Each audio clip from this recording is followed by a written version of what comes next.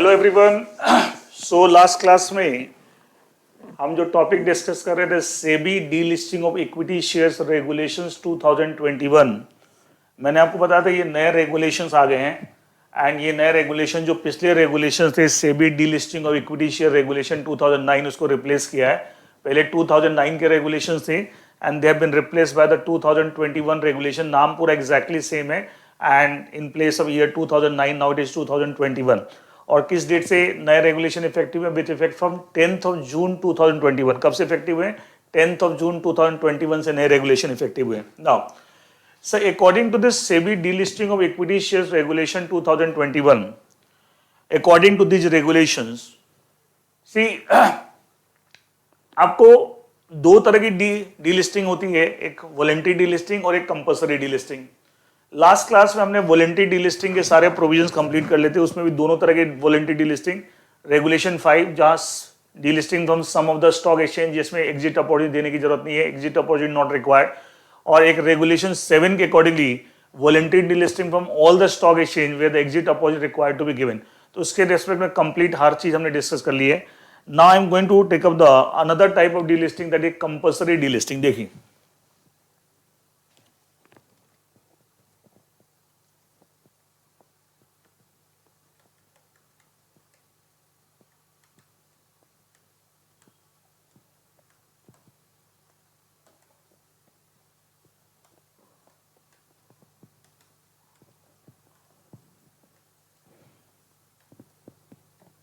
effective from 10th of June 2021.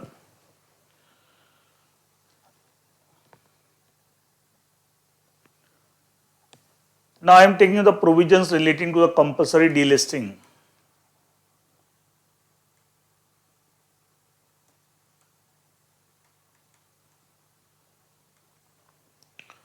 मैंने आपको बताया था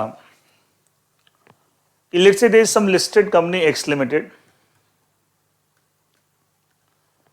and if this company makes certain kind of contraventions or violations, इस company का जो स्टॉक एक्सचेंज के साथ जो लिस्टिंग एग्रीमेंट है as per the provisions of SEBI LODR regulation 2015 उसकी रिक्वायरमेंट का नॉन कंप्लायंस है, उस लिस्टिंग एग्रीमेंट के अकॉर्डिंगली आपको बहुत सारी इंफॉर्मेशन प्रोवाइड करनी है जो आप नहीं प्रोवाइड कर रहे, या बहुत सारे डॉक्यूमेंट सबमिट करने नहीं कर रहे, मतलब basically certain kind of violations और contravention on the part of this company. तो उस केस में मैंने बताया था कि the stock exchange by way of punishment as a penalizing measure आपको स्टॉक एक्सचेंज इस कंपनी की कंपल्सरी ऑर्डर पास कर सकता है कि साहब इसको हम डीलिस्ट कर रहे हैं, हम इसको। और मैंने ये बताया था कई बार सस्पेंशन पहले करते हैं और बाद में डीलिस्टिंग करते हैं, लेकिन जरूरी भी नहीं ऐसा कि साहब हमेशा पहले सस्पेंशन ही होगा बाद में delisting, not necessary, and direct भी डीलिस्टिंग हो सकती है। And that kind of delisting when a stock exchange by way of punishment delist the security of company for contravention, certain kind of contraventions or violation, at that kind of delisting is called a compulsory delisting. तो ये compulsory delisting concept है। Now, तो compulsory delisting topic के अंदर सबसे पहला हम सब टॉपिक लेते हैं, that is the grounds of compulsory। वही grounds में वो violations आएंगे, certain ground, किन किन grounds पे एक स्टॉक एक्सचेंज एक कंपनी की आप वो कंपल्सरी डीलिस्टिंग कर सकता है। अच्छा, ग्राउंड्स में मैं एक चीज और आपको बताना चाहूँगा। पहले ग्राउंड्स अभी पढ़ेंगे, ग्राउंड्स ऑफ कंपल्सरी, किस ग्राउंड्स पे स्टॉक एक्सचेंज एक कंपनी कंपल्सरी डीलिस्टिंग कर सकता है। उससे पहले मैं एक चीज बताना चाहूंगा आपको, एक लॉ है securities contracts regulation act 1956 SCRA। इस लॉ के अंदर एक सेक्शन है, सेक्शन 21A, और section 21A of this act security contract regulation act 1956, इसके अंदर ये दिया हुआ है कि सब कि कुछ चीजें प्रिस्क्राइब होगी bye way of rules by the government, और रूल्स के अंदर ग्राउंड दिए होंगे। मतलब section 21A of this act is a source which says that there will be some rules made by the government, उस रूल्स के अंदर ग्राउंड्स प्रिस्क्राइब होंगे जिन ग्राउंड्स पे एक कंपनी कंपल्सरी डीलिस्टिंग हो सकती है। तो actually section 21A of SCRA में बात लिखी हुई है। अच्छा, इसमें लिखा हुआ कि साहब जो रूल्स गवर्नमेंट बनाएगी उस रूल्स के अंदर ग्राउंड्स प्रिस्क्राइब होंगे। तो pursuant to the power given the section 21A of the this act security contract regulation act 1956 एक रूल्स बने, that is the name of the rules is securities contracts regulation rules 1957। वो 56 है, ये 57 है, बाद में बने रूल्स। एंड रूल्स के अंदर रूल नंबर 21, कोई चांस की बात है बहुत सिमिलर से नंबर है तो कंफ्यूजन ना हो जाए। Rule number 21 of these rules, इसमें ग्राउंड दे रखे हैं कि किन किन ग्राउंड्स पे वो ग्राउंड्स क्या क्या अभी मैं बताऊंगा।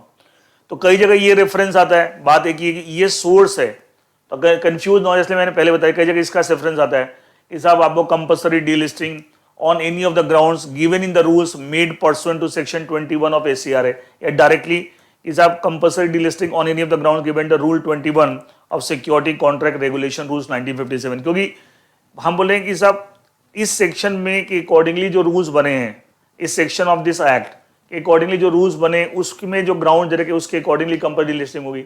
और या बोले कि साहब डायरेक्टली कि रूल 21 ऑफ दीज रूल्स में जो ग्राउंड दे रखे हैं, क्योंकि अल्टीमेटली इस रूल्स के अंदर rule 21 contains the grounds for compulsory delisting. तो मैंने दोनों चीज बता दिए, सोर्स ये परसुएंट टू दिस ये रूल्स बने, उस रूल्स के अंदर rule number 21 contains the grounds for compulsory delisting. तो हम टॉपिक पहले कंपल्सरी डिलिस्टिंग में पहला टॉपिक लेते हैं, that is the grounds of compulsory delisting.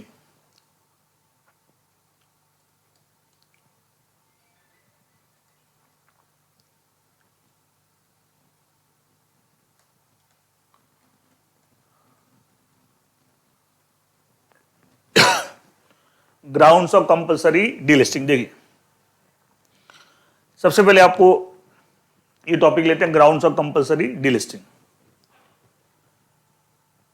So here in this case regarding the grounds it says that a recognized stock exchange may delist the securities of a listed company on any of the grounds given under Rule 21 of Security Contract Regulation Rules 1957, जो ही मैंने बताया था।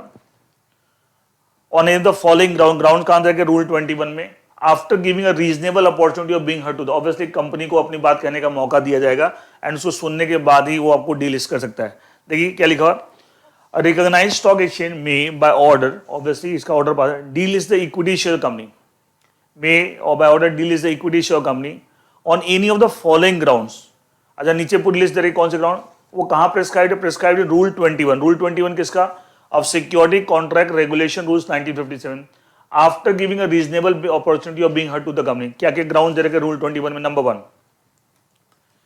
If the company has incurred losses during the preceding 3 consecutive years and its has negative net worth, पिछले लगातार 3 साल से company के loss हो रहे हैं एंड कंपनी के नेटवर्थ नेगेटिव है, कंपनी के नेटवर्थ नेगेटिव है, that is the first ground.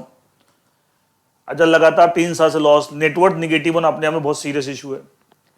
Number 2 trading in the security remain suspended for period of more than 6 months, मतलब 6 महीने से ज्यादा। पता है ना कई बार क्या होता था, पहले सस्पेंशन का ऑर्डर पास होता है और बाद में it can go to lead to the compulsory delisting, मैंने बताया था अभी थोड़ी देर पहले। तो हो सकता है पहले स्टॉक एक्सचेंज ने किसी कंपनी की सिक्योरिटी की ट्रेडिंग की सस्पेंशन का ऑर्डर पास कर दिया और सस्पेंशन अगर 6 महीने ज्यादा चला then it can lead to the compulsory delisting. Next security the company have remained infrequently traded during the preceding 3 years, पिछले 3 सालों से कंपनी के शेयर की ट्रेडिंग बहुत कम हो रही है, इनफ्रीक्वेंटली ट्रेडेड एंड है, तो that can also be ground for compulsory delisting. Next the company और एनी ऑफ इट्स प्रमोटर्स और एनी ऑफ इट डायरेक्टर्स, 3 हो गए, कंपनी के कोई भी प्रमोटर कोई भी director has been convicted for failure to comply with the provisions of security contract regulation act 1956। The ground company कोई प्रमोटर्स, कंपनी कोई भी directors, they have been convicted for failure to comply with the provisions of which law, SCRA 1956, SEBI act 1992 और depositories act 1996। इन तीनों में से किसी भी law के नॉन कंप्लायंस के लिए failure to comply with the provisions of this law अगर कन्विक्ट हुए और उस कन्विक्शन के रिस्पेक्ट में उनको कम से कम 1 करोड़ रुपए की पेनल्टी लगी मिनिमम, अगर 1 करोड़ से कम लगी है तब ये ग्राउंड नहीं बनेगा, और इम्प्रिजनमेंट कम से कम 3 साल का, मिनिमम 3 ईयर्स इम्प्रिजनमेंट, और है कोई भी एक चीज minimum 3 years imprisonment. It means company और कंपनी के प्रमोटर डायरेक्टर तीनों में किसी को भी अगर इन लॉज के नॉन कंप्लायंस के लिए अगर कन्विक्ट हुए हो और कम से कम उसमें 1 करोड़ रुपए की पेनल्टी लगी है या कम से कम 3 साल की सजा हुई है, that can also be ground. Don't is a very serious issue. हाँ, अगर पेनल्टी मान ली इन लॉ का वायलेशन किया, इन्होंने नॉन कंप्लायंस किया, कन्विक्ट हुए, लेकिन पेनल्टी जो लगी है वो आपको 1 करोड़ से कम लगी है, या सजा हुई है 3 साल से कम हुई है, तब ये ग्राउंड पर कंपल्सरी डीलिस्टिंग नहीं है। कब है? अगर कम से कम 1 करोड़ की पेनल्टी लगी है और या कम से कम 3 साल की सजा हुई है, then it can be become a ground for compulsory delisting. Next, the E, the addresses of the company or any of its promoter director not known or false address है permitted। कई बार क्या होता है, लोग फेक फ्रॉड करने के लिए address ही नहीं, पता ही नहीं कहाँ जो एड्रेस दे रखा है वो एड्रेस एग्जिस्ट ही नहीं करता, या जो एड्रेस दे रखा है उस एड्रेस पे कंपनी या कंपनी के डायरेक्टर प्रमोटर रहते नहीं, या कंपनी का ऑफिस नहीं है। इसका मतलब क्या, फेक एड्रेस है। एड्रेस तो एग्जिस्ट करता है, लेकिन उस एड्रेस पे जो कंपनी ने अपना एक एड्रेस बताया रजिस्टर्ड ऑफिस एड्रेस है, बट वो एक्चुअली उस एड्रेस पे कंपनी का ऑफिस है ही नहीं, डायरेक्टर का एड्रेस तो फॉल्स एड्रेस है। और एग्जिस्ट नहीं करना, इसका मतलब क्या, वो एड्रेस एग्जिस्ट नहीं करते, तो गलत एड्रेस दिए, आर नॉट नोन, या false address have been furnished, और the company had change its registered office in contravention the proving company. मतलब कंपनी एक्ट में जो प्रोविजन है उसको कंप्लाई करके आपको अपना रजिस्टर्ड ऑफिस चेंज करना है, लेकिन उसके वायलेशन में आपने अपना रजिस्टर्ड ऑफिस शिफ्ट कर लिया, चेंज कर लिया। तो अगर कंपनी का, कंपनी के डायरेक्टर्स का, प्रोमोटर्स का एड्रेस पता ही नहीं कहाँ है, मतलब जो एड्रेस दे रखे वो एग्जिस्ट नहीं करते, या जो एड्रेस दे रखे वो फेक है। फेक का मतलब क्या, वो फॉल्स एड्रेस है कि वो एड्रेस एग्जिस्ट करते हैं बट उस एड्रेस पे वो डायरेक्टर रहता नहीं, या प्रमोटर रहता नहीं, या कंपनी का ऑफिस है नहीं, कुछ और है वहां पे, ठीक है। तीसरा, कंपनी ने अपना रजिस्टर्ड ऑफिस चेंज कर लिया in contravention without complying with the provision of company act, in contravention of provision company act. You know that company act has some provision regarding the change of registered office, उसको comply करके आप registered office change कर सकते हैं, but उसको violation करके आपने किया, again that can also become ground for compulsory delisting. Last ground, आप जानते हैं लिस्टेड कंपनी में प्रोमोटर की शेयरहोल्डिंग मैक्सिमम 75% हो सकती है in general, and public shareholding in general, and public shareholding आपको मिनिमम 25%।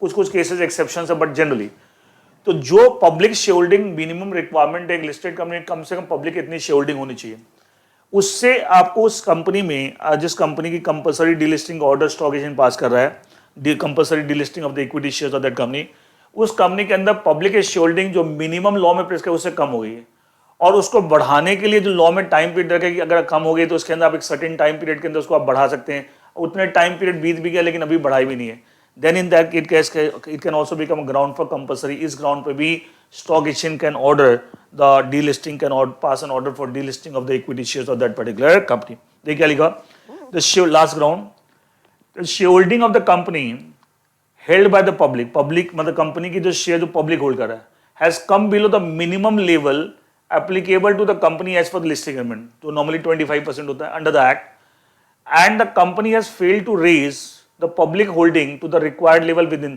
मतलब तो कम हो गई पब्लिक की होल्डिंग और कंपनी ने उस लेवल को बढ़ाने की भी कोशिश या बढ़ाया नहीं with in the prescribe time period, तो उस केस में it can also become ground for compulsory delisting, can also become ground for, in fact उसको बोलते हैं कंडीशन फॉर कंटिन्यूअस लिस्टिंग, कि पब्लिक की होल्डिंग कम से कम इतनी होनी चाहिए, जो बोलते हैं कंडीशन कंटिन्यूअसली आपके लिस्टेड रहे, अब वो वायलेशन हो गया, आप उसको बढ़ा के मिनिमम लेवल पे ला भी नहीं रहे as per the requirement law, तो उस केस में बोलेंगे कि actually condition for continuous listing violation हो गया। इसका मतलब क्या है, company should be delisted, and that is also one of the ground. तो ये 6 ग्राउंड दे रखे हैं under rule 21 of security contract regulation rules 1957।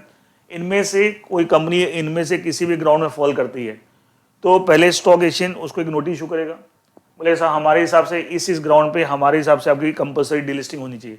Now company will file its reply, मतलब उसको एक reasonable opportunity of being heard दिया था, फिर उसके सुनने के बाद स्टॉक एक्सचेंज डिसाइड करेगा, एंड स्टॉक एक्सचेंज का कन्विंस था कि सब its appropriate case for compulsory delisting, then it will pass an order and they will do the compulsory delisting of equity shares of that particular company from that particular stock exchange. तो ये ground दे रखे। Now second topic जो compulsory delisting जो topic start हुआ उसमें पहला sub topic था grounds of compulsory delisting. Now second sub topic under the topic compulsory delisting, हमारा कंपल्सरी डीलिस्टिंग टॉपिक चल रहा है, उसके अंदर अलग अलग सब टॉपिक है। पहला सब टॉपिक था ground for compulsory delisting. Second sub topic जो है procedure for compulsory delisting by stock exchange.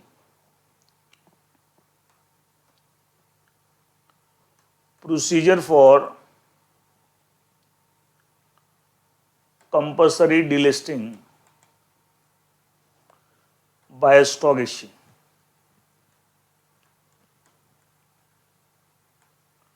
And this procedure is prescribed under regulation 32 of these regulation, that is SEBI delisting of equity share regulation 2021. कहाँ दे रखा है? Regulation number 32 में. Now procedure में सबसे पहला point, procedure में क्या क्या चीजें देखिए. सबसे पहले constitution of panel. Stock exchange एक पैनल ऑफ एक्सपर्ट्स कॉन्स्टिट्यूट करेगा. That panel will decide on behalf of the stock exchange regarding the compulsory delisting की साहब कंपल्सरी डीलिस्टिंग ऑर्डर पास करना है कि नहीं, वो पैनल डिसाइड. मतलब कह सकते हैं स्टॉक एक्सचेंज एक अलग से बॉडी बना दी, panel of expert, and that panel of expert will decide whether delisting का order, compulsory delisting order pass करना है in respect of particular company और नॉट. अच्छा, इस पैनल के अंदर कौन कौन लोग होंगे? दो तो आपके होंगे directors of the recognised stock exchange, जिसमें से एक director representative of the public होगा. पहला एक सब कंपोजिशन दे रखा है पैनल का कंपोजिशन. दूसरा, one representative of the investors, one representative the ministry of corporate affairs और आरओसी या एमसी दोनों में किसी एक का रिप्रेजेंटेटिव. लास्ट में एग्जीक्यूटिव डायरेक्टर और secretary of the recognised stock exchange. इसका मतलब जो पैनल कॉन्स्टिट्यूट होगा उसमें कौन कौन लोग होंगे? दो डायरेक्टर किसके? उस स्टॉक एक्सचेंज के, जो स्टॉक एक्सचेंज डीलिस्टिंग की बात कर रहा है उसमें से एक डायरेक्टर रिप्रेजेंटेटिव पब्लिक का रिप्रेजेंटेटिव होगा. और कौन होगा? One representative of the investors, one representative of the MCA और आरओसी दोनों में से किसी एक का, एंड एग्जीक्यूटिव डायरेक्टर और सेक्रेटरी दोनों में से कोई एक of the recognised stock exchange. ये सारे लोग पैनल के पार्ट होंगे. एंड ये पैनल जो पर्सन है ये डिसाइड करेगा कि साहब इस कंपनी की आपको डीलिस्टिंग करनी है नहीं करनी. तो उसके लिए सबसे पहले एक पैनल कॉन्स्टिट्यूट होगा by the stock exchange, and panel में कौन कौन लोग होंगे मैंने बताया, and that will take a decision on behalf of stock exchange whether a particular company should be, the equity shares of particular company should be delisted or not. अच्छा, जैसे ये पैनल बना और अभी पढ़ा था rule 21 of security contract regulation rules 90, मान ली एक कंपनी एक्स लिमिटेड, उस पैनल को लगा कि साहब रूल 21 में जो 6 ग्राउंड दे रखे हैं, rule 21 of security contract regulation rules 1957, उनमें से ये कंपनी किसी न किसी एक ग्राउंड में फॉल करती है, मे बी एक या एक से ज्यादा. तो क्या ये पैनल इसको नोटिस दे देगा कि साहब according to us you fall under so and so ground and it becomes a ground for compulsory delisting. Now explain so called why the we should not pass an order for compulsory delisting. कि हमारे हिसाब से आप एक compulsory delisting होनी चाहिए. आप बताइए आपकी क्यों नहीं होनी चाहिए? आप उसके वही अपॉर्चुनिटी ऑफ बीइंग हर्ट दिया रहा है, तो क्या आप कंपनी अपना रिप्लाई फाइल करेगी? वो तो एक एस्पेक्ट हो गया, वो भी हम आगे आएंगे. अच्छा, एक और चीज, अगर ये डीलिस्टिंग ऑर्डर पास हो जाए, अभी हुआ थोड़ी, अभी तो बात चल रही है, तो क्या उस कंपनी के साथ जुड़े हुए बहुत सारे लोग के राइट्स पे बैड इफेक्ट आ सकता है, स्पेशली पब्लिक शेयर होल्डर? तो क्या वो एग्रीड पर्सन है? तो इसलिए डीलिस्टिंग ऑर्डर तो बाद में पास होगा, उससे पहले एक public notice before delisting order. लोगों को तो बताओ, कंपनी को तो बता दिया, कंपनी को नोटिस भेज दिया, बताइए कि आप क्यों नहीं होनी चाहिए, हमारे हिसाब से होनी चाहिए. तो next is public notice before delisting order. Delisting order पास करने से पहले एक पब्लिक नोटिस जाएगा. अखबारों में एक पब्लिक नोटिस छपेगा, स्टॉक एक्सचेंज छपवाएगा. कौन से अखबारों में? English, Hindi and vernacular language newspaper. Vernacular उस जगह का जहां पे स्टॉक एक्सचेंज का ऑफिस सिचुएटेड है. एंड लोगों को बताया जाएगा साहब we propose, it's a proposal, इस आप एक्स लिमिटेड कंपनी की इक्विटी शेयर की हम कंपल्सरी डीलिस्टिंग करने जा रहे हैं. Now anyone who is going to be affected because of this propose delisting, अभी हुआ नहीं, आप करेंगे, they may give their what be the representations and all that. अपने जो भी ग्रीवेंसेस है आप हमें लिख सकते हैं, एंड उसे हम कंसीडर करने के बाद ही हम डिसाइड करेंगे डीलिस्टिंग करनी है या नहीं करनी. अच्छा, ये आपने पब्लिक नोटिस दिया टू इन्फॉर्म एवरीवन कि sir we propose to delist the equity share of this company. Anyone whose rights are going to be affected adversely, anyone who has the grievances, anyone who has the any kind of representation to make, आप कर सकते हैं. कि उसके लिए time period दिया जाएगा, तो उसके लिए कम से कम मिनिमम 15 दिन का टाइम दिया जाएगा, minimum 15 days time to give their representation. मतलब जिस दिन ये नोटिस अखबार में छपा उससे कम 15 दिन का टाइम दिया कि आप अपने रिप्रेजेंटेशन सबमिट कर सकते हैं, एंड उन रिप्रेजेंटेशन को कंसीडर करने के बाद ही हम डिसाइड करेंगे कि वेदर, तो ये 15 डेज का कम से कम टाइम दिया जाएगा टू गिव द रिप्रेजेंटेशन. मैं एक बार पूरा पढ़ता हूँ, देखिए आपको. पहले कॉन्स्टिट्यूशन ऑफ पैनल हो गया. Number 2 public notice before delisting order. एक before passing a delisting order The recognized stock exchange shall give a notice in one English, Hindi and vernacular language newspaper of the region where the store and shall also disclose a notice on its website and its trading system. मतलब जिससे सबको पता लग जाए कि साहब ऐसा होने जा रहा है. प्रपोजल आप सब जितने ज़्यादा लोगों को पता लगेगा उतने रिप्रेजेंटेशन आएंगे एंड उन सारी जो कंसीडर करके स्टॉक एक्सचेंज डिसाइड करेगा कि साहब मुझे एक्चुअली डीलिस्टिंग. फिर will time period of making representation. अब आपने अखबारों में छपवाया इसीलिए था to invite the representation, invite the objection, invite the grievances and all that. तो उसके लिए टाइम पीरियड होगा ना कि साहब कम इतना टाइम तो हम दे रहे हैं इसके अंदर आपको, तो लोग बोलता है कम से कम 15 दिन का टाइम जरूर देना है. ज़्यादा भी आप दे सकते हैं बट 15 दिन का time from the date of issuing the public notice. देखिए लिखो time period of making representation. Time period not less than 15 working days from the notice, वही public notice, be given to any person who may be agreed by the proposed delisting.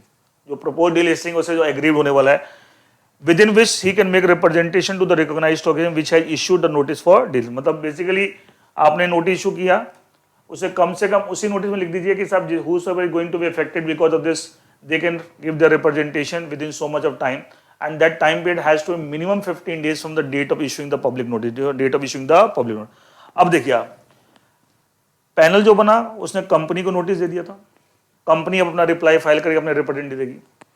हमने public notice देके company के अलावा और भी जो लोग उस कंपनी के साथ जुड़े हुए हैं जिनके राइट्स ऑफ बैड इफेक्ट आ सकता है, हमने सबको इन्फॉर्म कर दिया whosoever has any kind of problem they can give their representations. ठीक है, एंड कम से कम उन्हें 15 दिन का टाइम दिया to give the representation. Now अब कंपनी भी अपना रिप्लाई फाइल करेगी और जो पब्लिक एट लार्ज में जिसके भी राइट्स पे क्या वो अपने रिप्रेजेंटेशन देंगे, उन सबको कंसीडर करने के बाद क्या stock exchange delisting order pass करेगा. तो आपको next see that is the delisting order by the recognised stock exchange.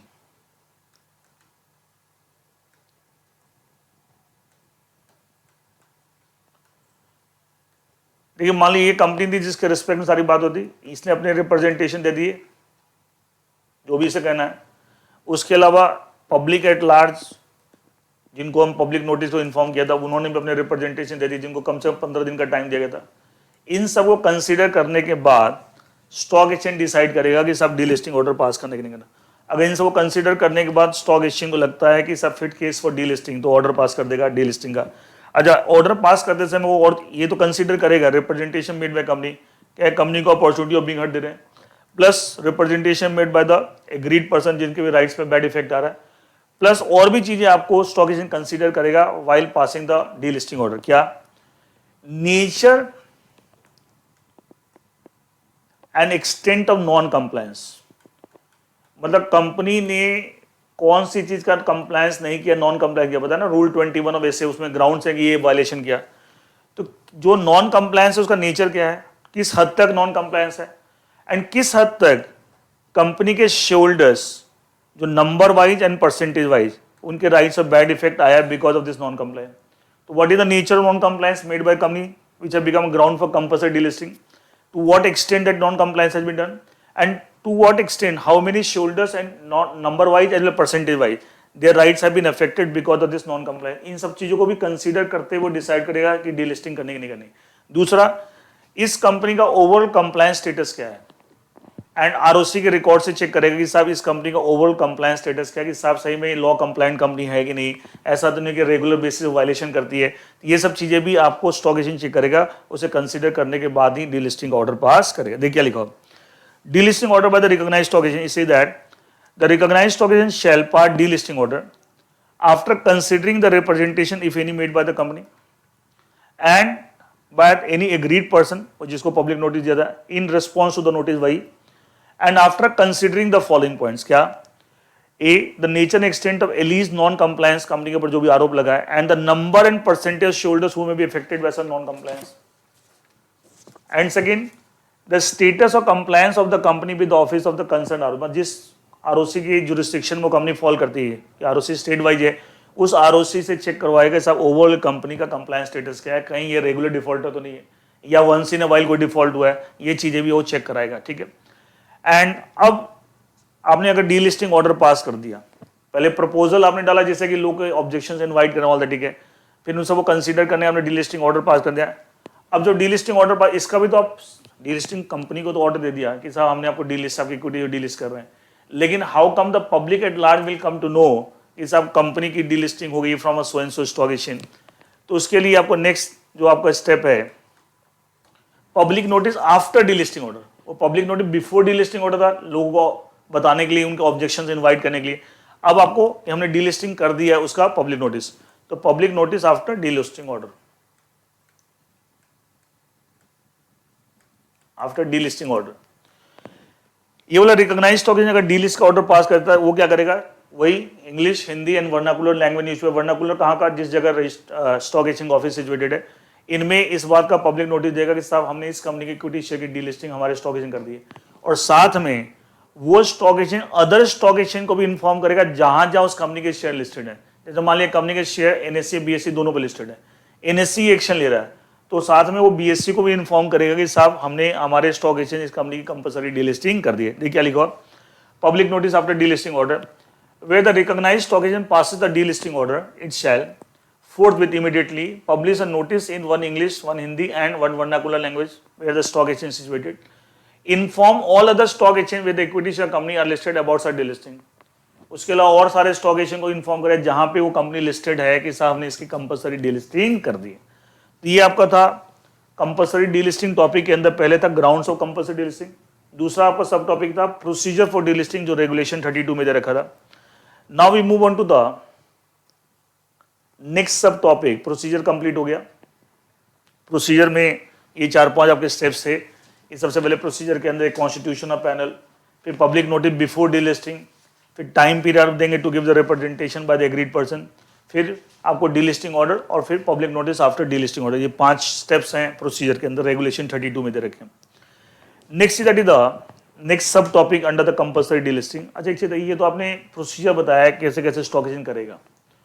तो स्टॉक एक्सचेंज ने सबसे पहले एक पैनल बनाया, फिर आप लोग डीलिस्टिंग ऑर्डर पास करने से पहले पब्लिक नोटिस दिया, लोग 15 दिन का कम से कम टाइम दिया to give their suggestions and whatever the representation, फिर उनको कंसीडर करते अपने डीलिस्टिंग ऑर्डर पास किया और फिर उसका पब्लिक नोटिस दिया कि सामने डीलिस्टिंग कर दिया।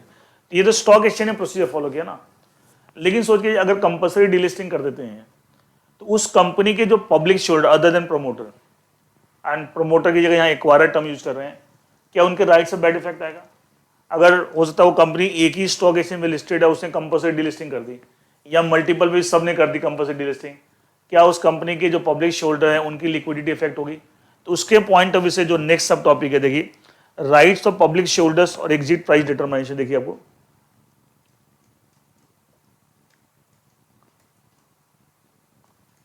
जो कंपनी के public shareholders other than promoter shareholder या एग्जिट प्राइस डिटरमिनेशन,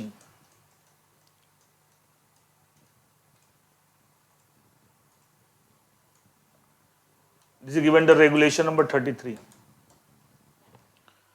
ये बोल रहा है जो स्टॉक एक्सचेंज है एक पैनल बनाएगा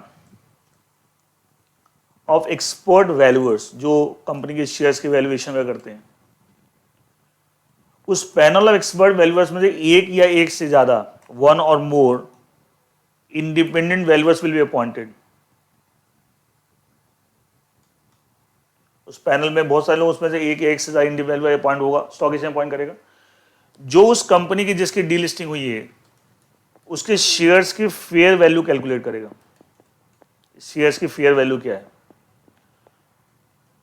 जब फेयर वैल्यू कैलकुलेट हो जाएगी, नाउ कंपनी के प्रोमोटर्स की, दैट इज द एक्वायरर की रिस्पॉन्सिबिलिटी है कि पब्लिक शेयरहोल्डर से उस फेयर वैल्यू पे आप शेयर एक्वायर करेंगे within a period of 3 months from the date of delisting order. Delisting तो हो गई, but that is subject to this condition कि आपने एग्जिट अपॉर्चुनिटी देनी है टू द पब्लिक शेयरहोल्डर।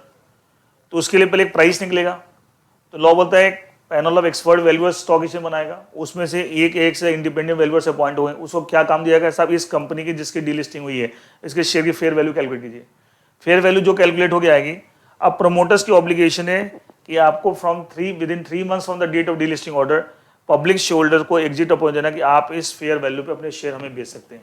अब वो रिटेन करना था रिटेन भी करे, कोई जबरदस्ती नहीं कि आपको बेचने ही पड़ेंगे, कोई कंपल्शन नहीं है, लेकिन promoters have to give this facility, if you want you can sell your shares at the fair value, and ये कितने दिन में? Within 3 months from the date of the delisting order. तो ये आपको रेगुलेशन नंबर 33 है। अच्छा कह सकते हैं इसके थ्रू हम एग्जिट अपॉर्चुनिटी दे रहे हैं, इसको to the public share holder कि आप कंपनी एग्जिट करना चाहें, छोड़ना जाए, अपने शेयर बेच दीजिए, प्रमोटर को प्रमोट लेगा एट द फेयर वैल्यू। मैं वो पूरा पढ़ देता हूँ। The recognised stock exchange shall form a panel of expert valuers from whom an independent valuer or valuers, एक या एक से ज्यादा, shall be appointed by recognized stock exchange who shall determine the fair value of the delisted equity shares। इस company के the promoter of the company वो acquirer shall acquire delisted equity shares from the public shareholder by paying them the value determined by the valuer, वही fair value, within 3 months from the year of the date of delisting, within 3 months from the date of delisting of the from the recognized stock exchange, subject to the option of retaining the share। मतलब ये कोई compulsion नहीं कि आप उनको bound कर देंगे, आपको अपने शेयर बेचने पड़ेंगे। मतलब पब्लिक शेयर होल्डर रखना चाहे अपने पास रखिए, रिटेन करना चाहें, ठीक है, कंपनी डीलिस्ट हो गई, कोई बात नहीं, हम तो रखना चाहते हैं, कोई बात नहीं। मतलब प्रमोटर तो सारे पब्लिक शेयर होल्डर को ऑफर दे देगा कि साहब आप चाहें तो फेयर वैल्यू पे अपने शेयर मुझे बेच सकते हैं, एंड वो बेचना चाहें बेचें, नहीं बेचना आपकी मर्जी है, रिटेन करना रखें। और ये कितने दिन में प्रमोटर ने करना? Within 3 months from the date of delisting order, within 3 months from the date of delisting. कह सकते हैं रेगुलेशन 33 में एक तरह से exit opportunity being provided to the public share holder by the promoters of the delisted company. Yes no. Next देखा regulation number 34, consequences of compulsory delisting. Topic हमारा compulsory delisting के लिए, उसमें पहले ग्राउंड्स पढ़े, फिर हमने पढ़ा procedure for delisting, compulsory delisting regulation 32, फिर हमने पढ़ा rights of public share regulation 33, अब पढ़े consequences of compulsory delisting regulation 34।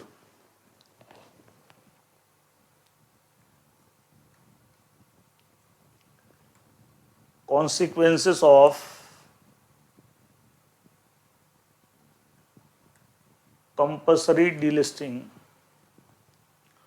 Regulation 34। अगर एक कंपनी, मान ली एक्स लिमिटेड कंपनी, इसकी कंपल्सरी डीलिस्टिंग हो गई है तो उसके क्या कॉन्सिक्वेंसेस हैं, वो रेगुलेशन 34 में दे रखे। पहला ही दे रखा है, first consequence, company that is x limited, इसके होल टाइम डायरेक्टर्स, इसके promoters and companies promoted by any of them. मतलब क्या है, ये कंपनी जिसका डीलिस्टिंग हुआ वो, उसके होल टाइम डायरेक्टर, उसके प्रमोटर, और कोई ऐसी कंपनी जिनको प्रमोट इन्होंने किया है। मतलब ऐसी कंपनी जिसका प्रमोटर एक्स लिमिटेड है, ऐसी कंपनी जिसका प्रमोटर एक्स लिमिटेड का होल टाइम डायरेक्टर है, ऐसी कंपनी जिसका प्रमोटर आपको इस कंपनी का प्रमोटर उस कंपनी का प्रमोटर है। तो दिस कंपनी जिसकी डीलिस्टिंग हुई है, उसके होल टाइम डायरेक्टर, उसके प्रमोटर और any company promoted by them, इन सब के ऊपर रिस्ट्रिक्शन लग जाएगी। They shall not access the security market and they will not apply for listing of any equity shares for a period of 10 years from the date of delisting। कितने साल? 10 साल। 10 साल की एक तरह से प्रोहिबिशन लग गई कि 10 ईयर किसके ऊपर लगी? उस कंपनी के ऊपर जिसकी डीलिस्टिंग हुई, उसके होल टाइम डायरेक्टर्स के ऊपर, उनके प्रमोटर्स के ऊपर, और इन लोगों से द्वारा कोई कंपनी प्रमोट हुई है, मतलब ये लोगों ने कोई कंपनी प्रमोट की, उसके ऊपर भी। मान लीजिए एक्स लिमिटेड ने वाई लिमिटेड को प्रमोट किया, वाई लिमिटेड का प्रमोटर एक्स लिमिटेड है, या कोई जेड लिमिटेड है जिसका प्रमोटर एक्स लिमिटेड का डायरेक्टर या प्रमोटर है, तो वो कब अगले 10 साल तक from the date of delisting order आपको स्टॉक मार्केट एक्सेस नहीं करेंगे, स्टॉक मार्केट में किसी तरह कोई ट्रांजैक्शन नहीं करेंगे, और कोई लिस्टिंग के लिए अप्लाई नहीं करेंगे। कितने टाइम के लिए? For a period of 10 years from the date of delisting, from the date of delisting 10 साल की रेस्ट्रिक्शन लगे। एक तो ये। दूसरा कॉन्सिक्वेंस है, देखिए आपको,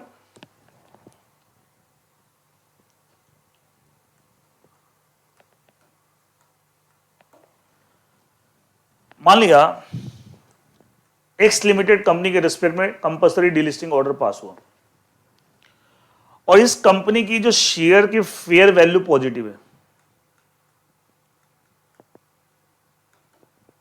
अगर शेयर वैल्यू पॉजिटिव है, मैं जो बताने जा रहा हूं, अगर फेयर वैल्यू निगेटिव है तो फिर इसमें अप्लाई नहीं होगा। मैं उसका रीजन समझा देता हूं। अभी रेगुलेशन 33 में हमने पढ़ा कि सर स्टॉक एक्सचेंज के panel of expert valuers constitute करे, जिसमें से एक या एक से वैल्यूअर अपॉइंट होगा जो कि उस डीलिस्टेड कंपनी के आपको इक्विटी शेयर की फेयर वैल्यू निकालेंगे।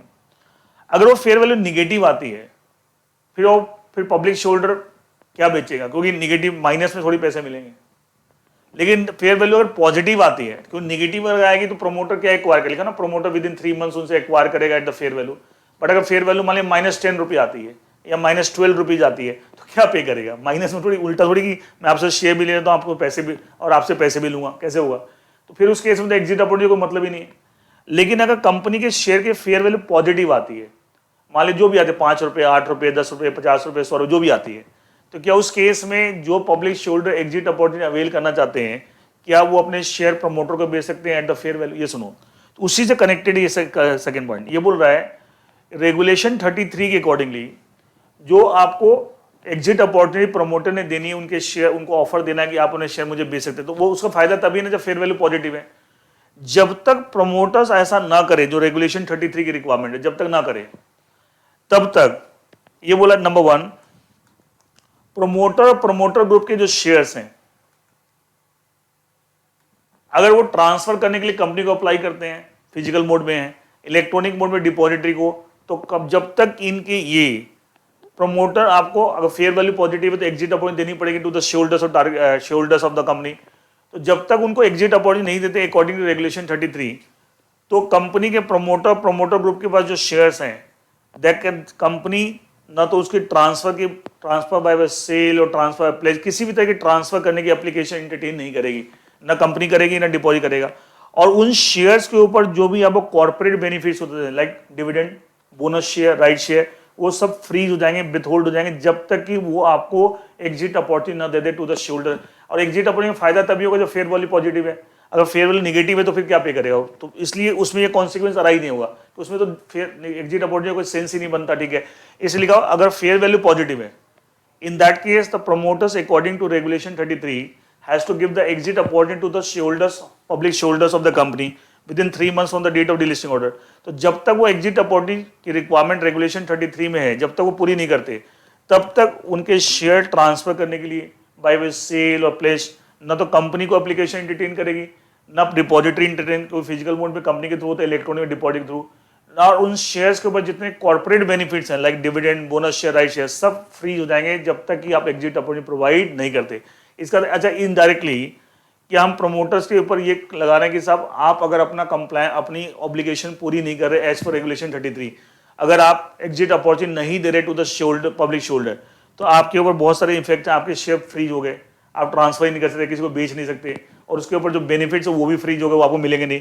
तो क्या ये एक तरह से इनडायरेक्टली प्रमोटर पे कैसे एक प्रेशर डालेगा कि साहब you must comply with regulation 33, must give the exit opportunity to public shareholder, otherwise ये बैड इफेक्ट आप पे आ जाएगा। दूसरा एक और भी दे रखा है कि जब तक वो एग्जिट अपॉर्चुनिटी नहीं देते, तो कंपनी के प्रमोटर्स और जो डायरेक्टर्स हैं वो किसी भी लिस्टेड कंपनी के डायरेक्टर अपॉइंट नहीं हो सकते, किसी भी लिस्टेड कंपनी डायरेक्टर भी अपॉइंट नहीं हो सकते। इसका तो आप देखो क्या क्या बैड इफेक्ट आ गए।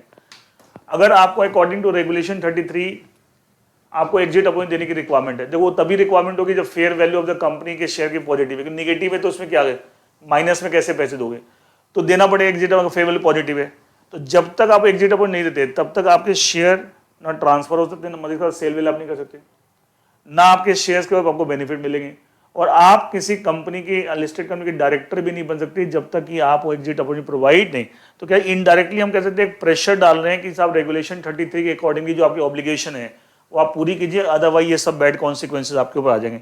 मैं एक बार पूरा पढ़ देता हूँ, consequence of compulsory delisting regulation 34। देखिए लिखा पहला, where a company has been compulsory delisted, the company, its whole-time directors, its promoters and the company which are promoted by any of them, company के ऊपर company whole time director, promoter और वो company जिनको इन्होंने promote किया है, shall not directly or indirectly access the security market or seek listing for any equity share for how much time, for a period of 10 years from the date of such delisting। ये तो मैंने पहले बताया था। आगे, in case of such company whose fair value positive, ये start क्यों करा, क्योंकि तभी एग्जिट अपॉर्चुनिटी का कंसेप्ट आता है। अगर फेयर वैल्यू नेगेटिव आ गई तो फिर एग्जिट अपॉर्चुनिटी क्या देंगे।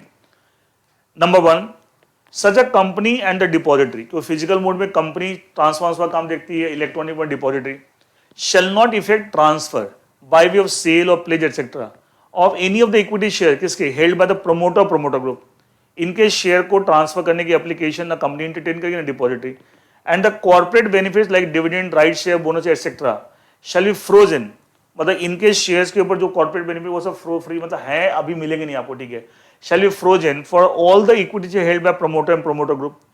कब तक ये होगा, कब तक शेयर ट्रांसफर नहीं कर सकते, कब तक आपके प्रॉफिट फ्रीज होंगे, till the promoters of such company provide an exit option to the public shareholder in compliance of regulation 33 as certified by the concerned recognized firm। मतलब आप रेगुलेशन 33 के अकॉर्डिंगली उनको पब्लिक शेयर को exit opportunity और इस बात का certify कौन का रिकॉग्नाइज, हाँ उसने ऐसा कर दिया, देन उसके बाद ये फ्री हो जाएगा। उसके बाद आप शेयर ट्रांसफर कर सकते हैं, कंपनी कैन ट्रांसफर डिपॉजिट और कॉर्पोरेट बेनिफिट्स भी आपके फ्री हो जाएंगे, वो उसको यूटिलाइज करता है। एंड एक और क्या कॉन्सिक्वेंस है उसी में, the promoters and whole time directors shall not be eligible to become directors of any listed company. किसी लिस्टेड कंपनी के प्रोमोटर डायरेक्टर डायरेक्टर नहीं बन सकते।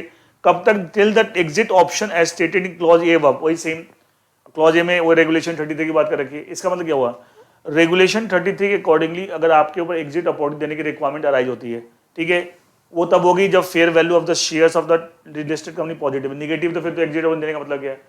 तो जब तक आप एग्जिट अपॉर्चुनिटी नहीं देते तब तक आपके शेयर आप ट्रांसफर नहीं कर सकते। आपके शेयर्स के ऊपर जो कॉर्पोरेट बेनिफिट वो सब फ्री हो जाएंगे, आपको नहीं मिलेंगे। और तब तक आप किसी अदर लिस्टेड कंपनी के भी डायरेक्टर नहीं बन सकते। कौन? कंपनी के प्रोमोटर, डायरेक्टर्स, इन सब के ऊपर ये कंडीशन आपको कंपनी पे। पहला वाला था किनके शेयर फ्रीज हो जाएंगे, शेयर ट्रांसफर नहीं होंगे, और किनके शेयर्स आपको कॉर्पोरेट बेनिफिट फ्रीज हो जाएंगे, प्रोमोटर एंड प्रोमोटर ग्रुप के लोग को। और सेकंड में कौन किसी और लिस्टेड कंपनी का डायरेक्टर नहीं बन सकता, promoters and whole time director किसी और लिस्टेड कंपनी का डायरेक्टर नहीं बन सकता जब तक कि exit opportunity is not provided as per regulation 33। तो these are the consequences of compulsory listing regulation 34। I hope this is clear to everyone कि ये चीज का ध्यान रखना है, अदरवाइज ये कॉन्सिक्वेंसेज है। देखिए लास्ट में एक टॉपिक दे रखा है इन द कंपल्सरी डिलिस्टिंग। मान लीजिए कंपनी एक्स लिमिटेड, इसके अगेंस्ट जैसे एनएससी ने डीलिस्टिंग ऑर्डर पास कर दिया, जो भी हमने पढ़ा कंपल्सरी डीलिस्टिंग का। लेकिन इस कंपनी को लगता है कि साहब ये स्टॉक एक्सचेंज ने गलत किया, ऑल्दो इसको अपॉर्चुनिटी ऑफ बीइंग हर्ड, सब जो इसने अपनी बात रखी, लेकिन स्टॉक एक्सचेंज नहीं माना, उसने फिर भी डीलिस्टिंग ऑर्डर पास कर दिया। कंपनी फील्स दैट कि साहब स्टॉक एक्सचेंज ने गलत किया है, तो क्या उसको रेमेडी होनी चाहिए। तो वही टॉपिक है, रेमेडी और appeal against the delisting order of the stock exchange. इसने जो डीलिस्टिंग ऑर्डर पास किया, इसके अगेंस्ट क्या रेमेडी है या इसके अगेंस्ट क्या अपील। तो उसके लिए लॉ बोलता है, ये आप जानते हैं कि साहब ये जो डीलिस्टिंग ऑर्डर पास करेगा on any of the grounds, ठीक है, made in the ground given in the rules which are made pursuant to section 21A of security contract regulation act 1950। पता ना एक्ट में सेक्शन 21A, उस section 21A में दिया rules में आपको ग्राउंड्स प्रिस्क्राइब होंगे, फिर रूल्स बने में, रूल्स के अंदर रूल 21 में ग्राउंड दे रखे हैं। तो उसमें कंपनी अगर सेटिस्फाइड नहीं है और लगता है गलत किया है स्टॉक एक्सचेंज ने, तो company can make an appeal against this delisting order to the SAT security appellate tribunal within 15 days from the date of delisting order. Delisting order से 15 दिन के अंदर ये अपील कर सकती है किसको, to the SAT security appellate tribunal. अब सैट दोनों पक्ष से अच्छा, इसमें एक और बात रखिए, अगर किसी कारण से कंपनी 15 दिन के अंदर अपील नहीं कर पाती and company has some sufficient grounds कि why it was not able to prefer the appeal within the prescribed period 15 days and it had some sufficient cause for that, तो उस case में set इस period को extend करके plus 1 month और time दे सकता है। ये सैट को अगर लगता है, पढ़ते ना, एक्सटेंशन ऑफ टाइम और continuation on the ground of sufficient cause, तो सैट आपको 1 महीने का टाइम और दे सकता है in addition to 15 days if it is proved that the company had some sufficient cause because of which it could not make an appeal within the prescribed period of 15 days। तो set 1 महीने का time और दे सकता है। अब देखिए finally इसमें या एक्सटेंडेड टाइम में जब अपील हुई, सैट दोनों पक्षों सुनेगा, कंपनी को भी और स्टॉक एक्सचेंज को भी। अगर सैट को लगता है कि साहब स्टॉक एक्सचेंज ने गलत किया, तो क्या इसके डीलिस्टिंग ऑर्डर को रिवोक कर देगा एंड कंपनी वापस से लिस्टेड हो जाएगा ऑन दैट स्टॉक एक्सचेंज। लेकिन अगर सैट को लगता है स्टॉक एक्सचेंज ने ठीक किया, कंपनी ने गलत अपील की है, there is no you can say any basis of making the appeal, तो स्टॉक एक्सचेंज सैट क्या करेगा, कंपनी की अपील को रिजेक्ट कर देगा। मतलब डिपेंड अपॉन सैट को क्या लगता है, दोनों पॉसिबिलिटी है, it may decide in favour of the company, it may decide in favour of the stock exchange. And ये आपको रेमेडी है और अपील, रेमेडी है by way of appeal against the deal. मैं वो पढ़ देता हूँ, a recognized stock exchange may by order delist equity share company on any of the ground prescribed in the rules। Rules कहां बने, मेड अंडर सेक्शन 20, बता ना, rules बने इस सेक्शन के हिसाब से, rules made under section 21A of security contract regulation act 19 after giving a reasonable opportunity being heard. और वहां पे इस रूल्स, कौन से रूल्स बने, सिक्योरिटी कॉन्ट्रैक्ट रेगुलेशन रूल 1957, उसमें कौन सा रूल नंबर 21 में ग्राउंड जो भी स्टार्टिंग में पढ़ा था। A listed company may file an appeal before the SAT against the decision of the recognized stock exchange delisting the security within 15 days from the date of the decision of the recognized stock exchange delisting the security। मतलब जिस दिन stock exchange delisting order पास किया उसके 15 दिन के अंदर final order जो पास किया था। इट में बी नोटिस सैट में if it is satisfied the company was prevented by sufficient cause for filing the appeal within the said period, whether 15 day, allow it to be filed within a further period of not exceeding 1 month. मतलब further period, लेकिन जो maximum 1 महीने हो सकता है, इसमें मैं maximum word भी लगा देता हूँ. हो सकता है एक्सटेंशन 10 दिन की दे, 15 दिन की दे, 20 दिन की दे, but any case it can not be more than 1 month. तो normal time period for making the appeal 15 days. Further this period can be extended by SAT on the ground of sufficient cause. But वो extension जो भी करे 10 दिन, 20 दिन, 15 दिन, 25 दिन, but 1 महीने से ज्यादा एक्सटेंशन नहीं देगा. ठीक है. तो इसका मतलब कई बार एग्जाम में क्वेश्चन आता है कि साहब ऐसे से डी लिस्ट कर दिया, कंपनी का क्या ऑप्शन है, कंपनी का क्या रेमेडी है, तो ये लिखना है. तो लास्ट में उसको कंक्लूड भी किया हुआ है. Therefore as a first thing it will be important to know the ground. Company को पहले देखना चाहिए साहब किस ग्राउंड पे डी लिस्टिंग हमारी की. क्या ground rule 21 of security contract regulation rules 1957 दे रखा है. अगर दे रखा है तो वेल एंड गुड, नहीं दे रखा है तो ऑब्वियसली पहले तो डी लिस्टिंग ऑर्डर ही गलत दे रखा है. एंड वेदर और not the company was given upon, किस ग्राउंड पे किया, हमें अपनी बात कहने का अपॉर्चुनिटी ऑफ बीइंग हर्ड दिया कि नहीं. अगर आपको लगता है कि नहीं कुछ ना कुछ गड़बड़ है, हमें अपनी बात कहने का मौका नहीं दिया या ग्राउंड ही गलत है, then so if there is a good ground to make an appeal. पहले कंपनी अपील कहाँ करेंगे, सेट को. कितने दिन में, 15 डेज में. और अगर आपके सफिशिएंट कॉज है जिसकी वजह 15 दिन में नहीं कर पाए, तो सेट से आप ये टाइम पीरियड एक्सटेंड कराने के लिए रिक्वेस्ट डाल सकते हैं और सेट इस पीरियड को एक्सटेंड कर सकता है, but maximum extension period can B 1 month, not more than 1 month. तो ये पूरा टॉपिक आपका हमने कंपल्सरी डिलिस्टिंग, इसके सब अलग अलग सब टॉपिक, पहले ग्राउंड्स ऑफ कंपल्सरी डिलिस्टिंग, फिर procedure for compulsory delisting regulation 32, फिर exit appoint to public shareholders regulation 33, फिर आपको consequences of compulsory delisting regulation 34, और लास्ट में remedy against the delisting order that appeal to SAT. ये आपके 4-5 topic आपके, ठीक है, आपको दे रखे हैं इन द टॉपिक. मतलब topic overall topic compulsory delisting में 5 सब टॉपिक्स हो गए. लास्ट में इस चैप्टर में I am taking up the miscellaneous provisions.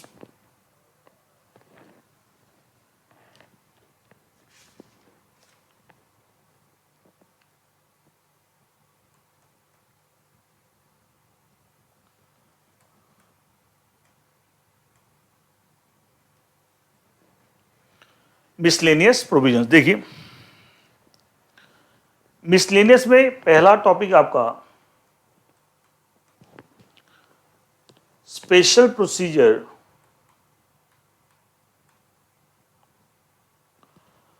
For voluntary delisting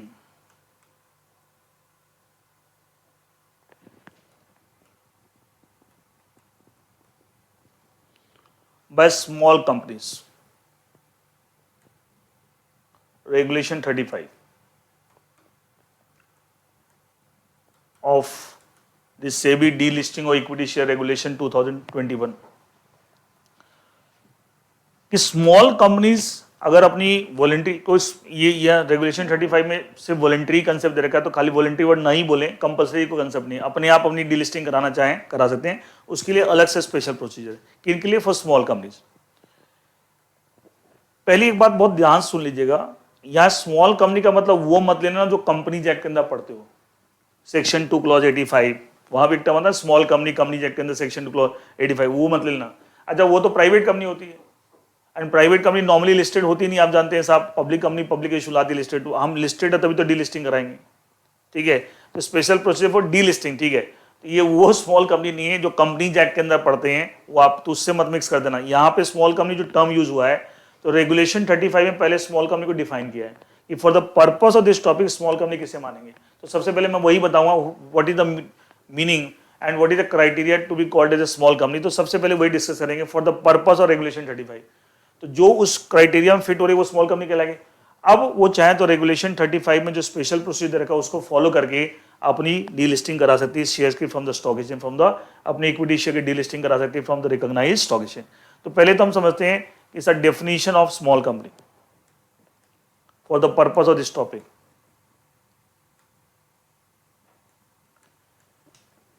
एक company let's say A limited, इसको व्हेन करें से इस स्मॉल कंपनी, 3 कंडीशन है. What are the 3 conditions? एक, as on the last date of the preceding financial year.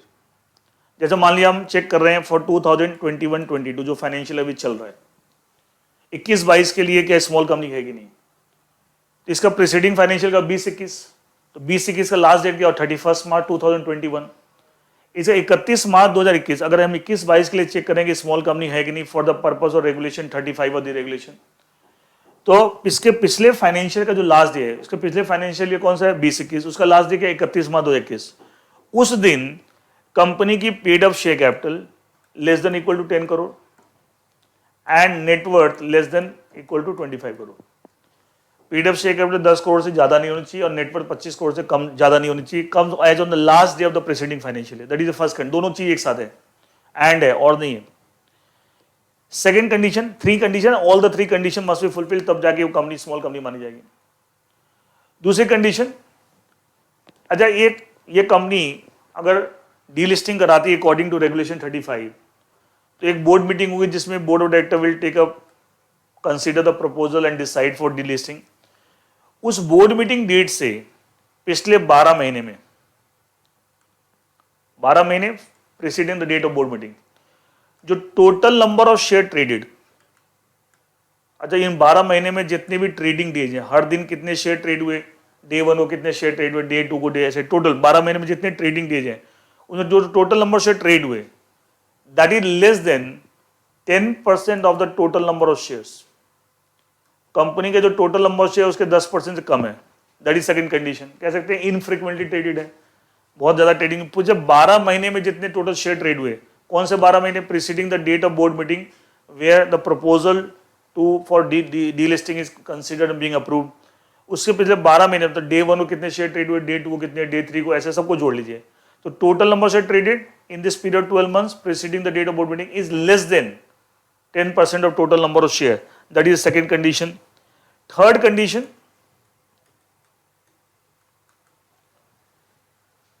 इस company के shares की trading में सस्पेंशन का ऑर्डर नहीं पास किया किसी भी रिकॉग्नाइज्ड स्टॉक एक्सचेंज ने, having the nationwide trading terminal that is NSC and BSC, ठीक है, for any non compliance in the last 1 year. पिछले 1 साल में इस कंपनी के शेयर्स की ट्रेडिंग का सस्पेंशन का ऑर्डर किसी भी ऐसे स्टॉक एक्सचेंज नहीं पास किया है which has got nation wide trading terminal for any non compliance. ये नहीं होना चाहिए, मतलब it's a good company, it's not a, मतलब ऐसा नहीं कि आपको सस्पेंड कर रखा है एंड ऑल दैट, वो नहीं होना चाहिए। अगर ये तीनों कंडीशन किसी कंपनी के रेस्पेक्ट में कंप्लाई होती है, उसके पिछले फाइनेंशियल ईयर के लास्ट डे को कैपिटल 10 करोड़ से कम, टर्नओवर 25 करोड़ से कम, ठीक है, जिस बोर्ड मीटिंग में इसका प्रपोजल कंसीडर होगा रिगार्डिंग द वॉलंटरी डीलिस्टिंग, उसके पिछले 12 महीने में जो total number of share trade हुए वो आपकी कंपनी के टोटल नंबर ऑफ शेयर के 10% कम है, एंड किसी भी रिकॉग्नाइज्ड स्टॉक एक्सचेंज जिसके नेशन वाइड ट्रेडिंग टर्मिनल है, किसी नॉन वायलेशन नॉन कंप्लायंस के लिए इसकी ट्रेडिंग को सस्पेंड नहीं किया in the last 1 year. If all these conditions are complied with in respect, all these सारी की सारी in respect to any company, तो फिर वो कंपनी स्मॉल कंपनी कहलाएगी for the purpose of regulation 35, and तब जाके वो company according to the special procedure जो रेगुलेशन 35 में दे रखा है उसको फॉलो करके अपनी डीलिस्टिंग करा सकती है, अपनी डीलिस्टिंग करा सकती है। तो सबसे पहले मैंने बताया कंपनी जो वाली स्मॉल कंपनी मत समझ लेना, सारा गड़बड़ हो जाएगा, ठीक है, एंड वो नहीं है, यहाँ अलग से स्मॉल कंपनी का मीनिंग दे रखा है, जो इसमें फिट हो रही है वो चाहे तो रेगुलेशन 35 के अकॉर्डिंगली स्पेशल प्रोसीजर फॉलो करके अपनी वॉलंटरी डीलिस्टिंग करा सकती है। अब इसका रेगुलेशन 30, ये तो डेफिनेशन हो गई आपको। अब रेगुलेशन 35 में क्या स्पेशल प्रोसीजर रखा है, 1 बाय 1 देखिए।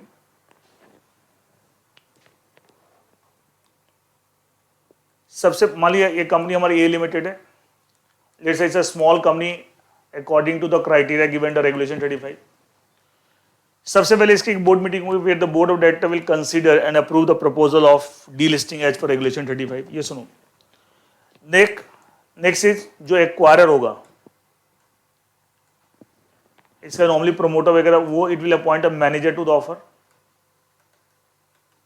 अच्छा, यहाँ इसका जो प्रोसीजर है काफी हद तक जो वॉलंटरी डीलिस्टिंग आपने शुरू में पढ़ी थी उससे सिमिलर है, लेकिन उतना डिटेल नहीं है क्योंकि स्पेशल प्रोसीजर है, छोटा सा प्रोसेस, छोटी कंपनी, स्मॉल कंपनी है, लेकिन काफी हद तक उसकी सिमिलरिटी है। जैसे वहां भी क्या manager to the offer appoint किया था एक्वायरर ने। अच्छा, फिर acquirer manager to the offer का कंसल्ट करके एग्जिट प्राइस भी डिसाइड करेगा कि किस प्राइस पे हमें पब्लिक शेयर होल्डर से शेयर एक्वायर करने, ठीक है।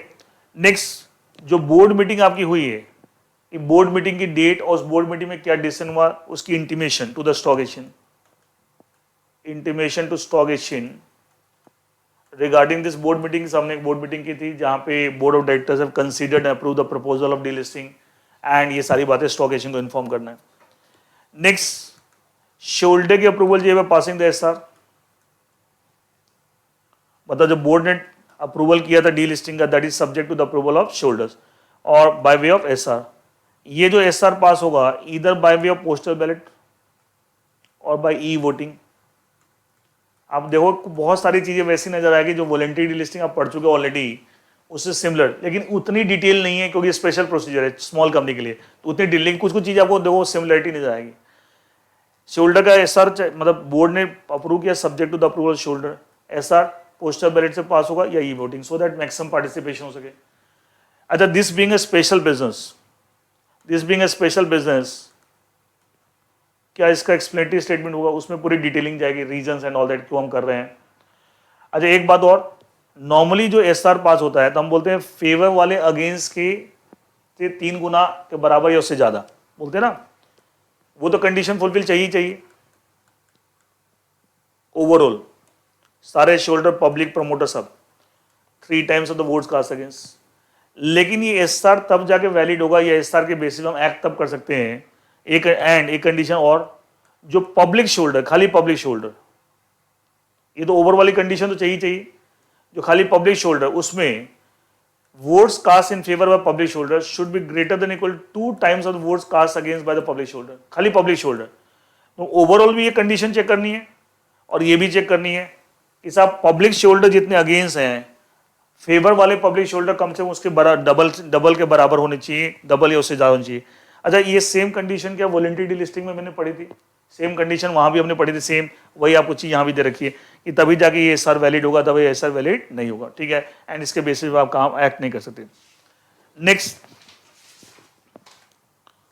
डिटर्मिनेशन ऑफ ऑफर प्राइस और एग्जिट प्राइस देखिए आपको,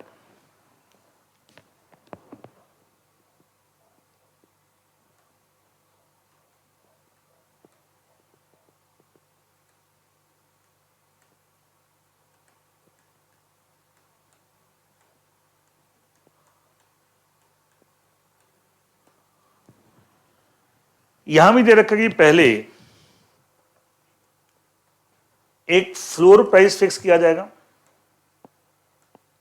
as per regulation 8 of SEBI taker code. Same चीज आपने वहां वॉलंटरी डिलिस्टिंग में पहले पढ़ा है। फिर इस फ्लोर प्राइस जो फिक्स किया जाएगा, फिर इसके ऊपर बिडिंग होगी फ्लोर प्राइस के हिसाब से कि कौन किस रेट पे अपने शेयर बेचना चाहता है टू द एक्वायरर, ठीक है, एग्जिट अपॉइंट चाहता है, तो फ्लोर प्राइस है उससे ज्यादा पे, तो क्या उसके लिए reverse book building method follow होगा, एंड उससे जो फाइनल प्राइस निकल के आएगा क्या आपको उसी पे आपको एग्जिट अपॉइंट प्रोवाइड की जाएगी। तो पहले तो आप एक फ्लोर प्राइस कैलकुलेट कर लेंगे एज पर रेगुलेशन 8, सब जगह ये बता देंगे साहब ये फ्लोर प्राइस है, आप इससे ऐसे ज्यादा बिडिंग कर सकते हैं for selling your share to the acquirer, public shareholder can sell their share to the acquirer at this price और हायर देन दैट।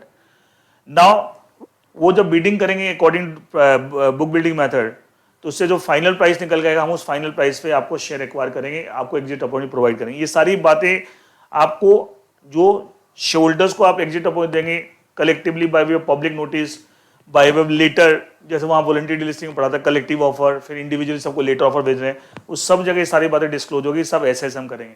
तो पहले कैलकुलेशन कीजिए फ्लोर प्राइस और ये सब डिस्क्लोज कीजिए क्या लिखा हुआ। Determination offer exit price, the offer price shell be determine through book building process, वही बताया था। आफ्टर फिक्सेशन ऑफ फ्लोर, पहले फ्लोर प्राइस फिक्स करना पड़ेगा, अब फ्लोर प्राइस एंड इस बात का डिस्क्लोजर कहाँ पे, पब्लिक नोटिस में भी, लेटर में भी, जिसके थ्रू आप पब्लिक शोल्डर के साथ कम्युनिकेशन करेंगे कलेक्टिवली और individually, and the disclosure the same in the, ये बात आप डिस्क्लोज करेंगे साहब हम ऐसे ऐसे आपको फाइनल प्राइस निकालेंगे by book building method, and disclosure of the same in the public announcement and the letter offer. The floor price जो आप फिक्स कर रहे हैं वो कैसे निकलेगा, shall be determine in terms of regulation 8 of SEBI taker code, SEBI taker code. अब आपके next is application to the stock exchange for in principle approval. आपको नजर आ रहा हो काफी हद तक सिमिलर है जो वॉलंटरी डिलिस्टिंग में आप, लेकिन उतनी डिटेल नहीं है क्योंकि स्पेशल प्रोसीजर है। अगर सारा डिटेल उतना ही होगा तो फिर स्पेशल प्रोसीजर क्या होगा।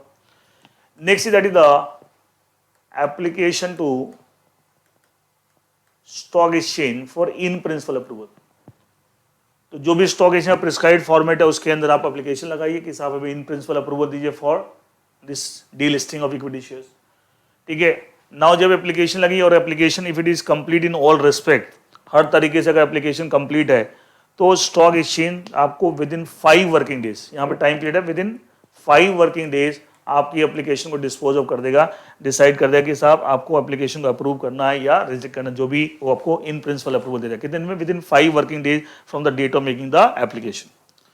ये तो था कि साहब आपने अपने लेवल पे बोर्ड की अप्रूवल ली, ठीक है, manager to the offer appoint किया, जैसे याद है ऐसे सेम चीज वॉलंटरी डिलीशन पढ़ाया था, ठीक है। फिर आपने what we call stock issue को इन्फॉर्म किया, एसआर पास किया, आपने अपना offer price floor price calculate किया एंड ऑल दैट, ठीक है। उसकी डिस्क्लोजर सब जगह होगी एंड बुक बिल्डिंग मेथड से हम फाइनल प्राइस निकालेंगे ऑल दैट, और स्टॉक एक्सचेंज से इन प्रिंसिपल अप्रूवल ली। ये तो अब आप बात करेंगे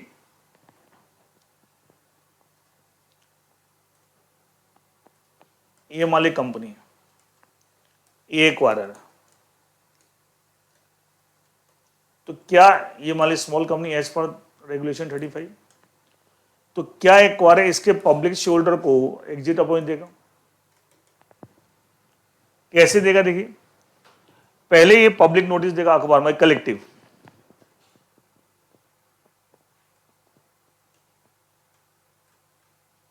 offer exit opportunity,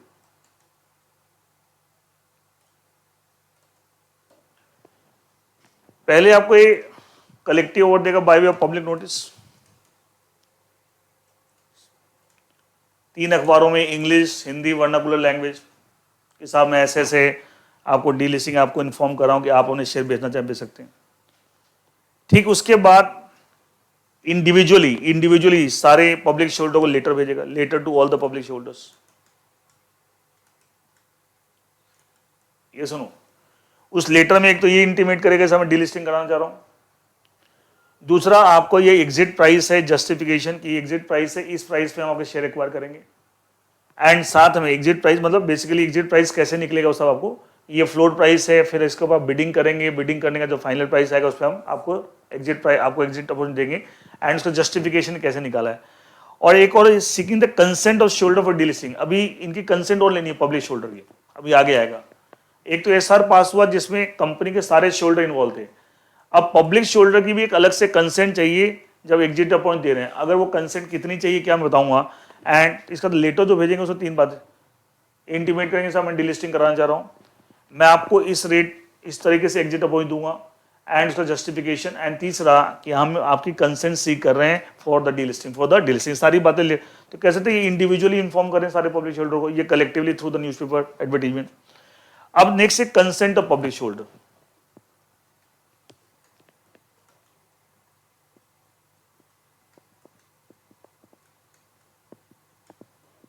consent of public share holder, ये बोला जितने पब्लिक शेयर होल्डर हैं, नंबर भूल जाइए, सारे पब्लिक शेयर होल्डर के पास मिला के जितने शेयर्स हैं, ठीक है, number of public share holder नहीं, number of shares public share holder के पास है, उसका कम से कम जिनके पास 90% है, they must give the consent for this delisting, they must give the consent for delisting. मैं एक एग्जांपल देता हूं, मान लीजिए एक्वायरर के पास पहले 70% शेयर है, पब्लिक के पास 30% है, तो 30% का 90% कितना होगा, 27%।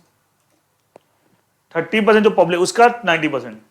अच्छा, ये भी तो हो सकता है ये 27% शेयर पब्लिक शेयर होल्डर, वैसे मान लीजिए 30-40 पब्लिक शेयर होल्डर, 50 हैं, 100 हैं, 200 5 जो भी हैं, लेकिन उसमें से 2 ही शेयर होल्डर है पब्लिक शेयर होल्डर ऐसे जिनका 27% शेयर हो सकते हैं।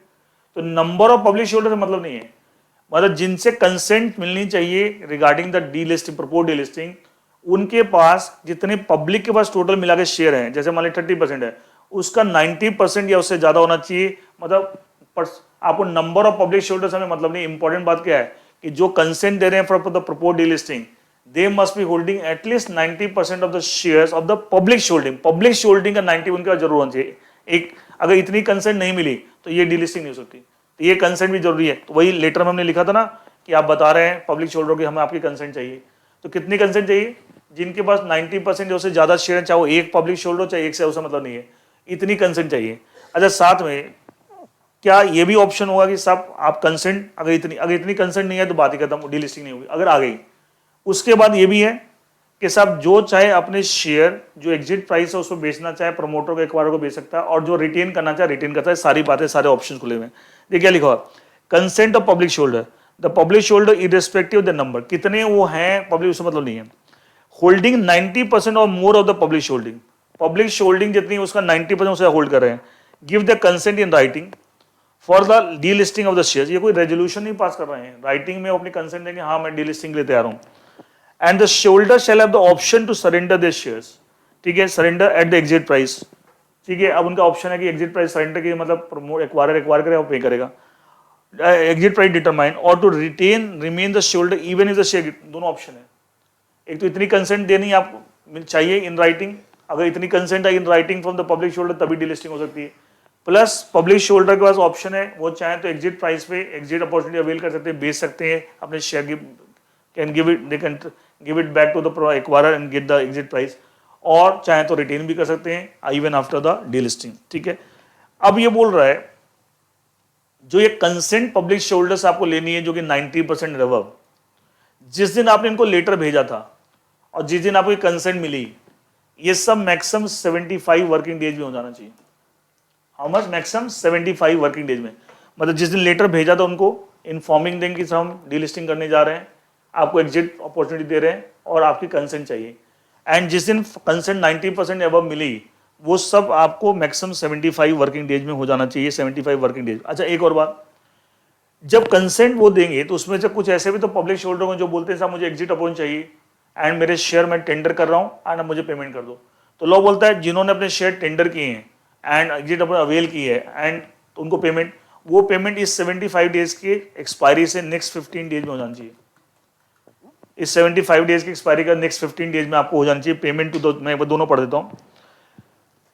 Receiving consent from shareholder, the process of inviting the positive consent and finalization of the proposal for delisting of share to be made within 75 working days of dispatching the letter to the all the shareholder। जिस दिन ये letter dispatch किया था, आपकी उनके consent और सारे कुछ फाइनल डीलिस्टिंग की प्रोसेस वो 75 दिन में कंप्लीट हो जाएगी। फिर बोल रहा है पेमेंट टू शेयरहोल्डर। अब जिन्होंने एग्जिट अपॉर्चुनिटी के लिए अप्लाई किया था कि साहब मेरे को शेयर ले लीजिए, मुझे पेमेंट करो, the acquirer shall make the payment in cash to the public shareholder who have tendered their share within 15 working days from the date of expiry of 75 working days as mentioned above। मतलब 75 दिन से खत्म हो उसके अगले 15 दिन के अंदर वो पेमेंट कर देगा उन सारे शेयरहोल्डर को, पब्लिक शेयरहोल्डर को जिन्होंने एग्जिट अपॉर्चुनिटी अवेल की है। नाउ फाइनल एप्लीकेशन लगेगी to the recognised stock exchange seeking the permission for delisting in the prescribed form, जो भी स्टॉक एक्सचेंज का प्रिस्क्राइब्ड फॉर्म है उसमें। और फाइनली अगर स्टॉक एक्सचेंज सब चीज़ से सेटिस्फाइड है, it will pass the final order of delisting and dispose of the application। तो आप अगर देख रहे हैं कि जो स्पेशल प्रोसीजर रेगुलेशन 35 में दे रखा है for delisting for small company, तो पहले तो स्मॉल कंपनी का मतलब क्या है, बार बोला कंपनी जैक वाला मतलब मत ले लेना, तो वो हमने पढ़ा। और काफी हद तक ये प्रोसीजर सिमिलर टू दो वॉलंटरी डीलिस्टिंग, इसलिए मैंने इसमें कोई स्टॉक एक्सचेंज नहीं बोल रहा है कि आपको पनिशमेंट नहीं दे रहा, आप अपनी मर्जी से करा रहे हैं, इसको हम वॉलंटरी डीलिस्टिंग बोल रहे हैं। और ये वाला प्रोसीजर काफी हद तक जो वॉलंटरी डीलिस्टिंग हमने पहले पढ़ा उससे सिमिलर है, लेकिन उतना डिटेल नहीं है क्योंकि स्पेशल प्रोसीजर छोटी कंपनियों के लिए एंड ऑल दैट। तो कह सकते हैं वही वॉलंटरी डीलिस्टिंग है जो प्रोसीजर आपने डिटेल में पढ़ा था, उसी को समराइज करके थोड़ा छोटा करके रेगुलेशन 35 में दे दिया है फॉर द स्मॉल कंपनी। उसके लिए पहले स्मॉल कंपनी की डेफिनेशन दे रखी है कि स्मॉल कंपनी किसे कहते हैं। तो हमारा अभी टॉपिक चल रहा था मिसलेनियस प्रोविजन। मिसलेनियस प्रोविजन में पहला आपका सब टॉपिक लिया special procedure for voluntary delisting of small company, ठीक है, ये रेगुलेशन 35। मिसलेनियस टॉपिक के अंदर ही अगला जो है मिसलेनियस प्रोविजंस के अंदर ही एक तो हो गया, दूसरा देखिए आपको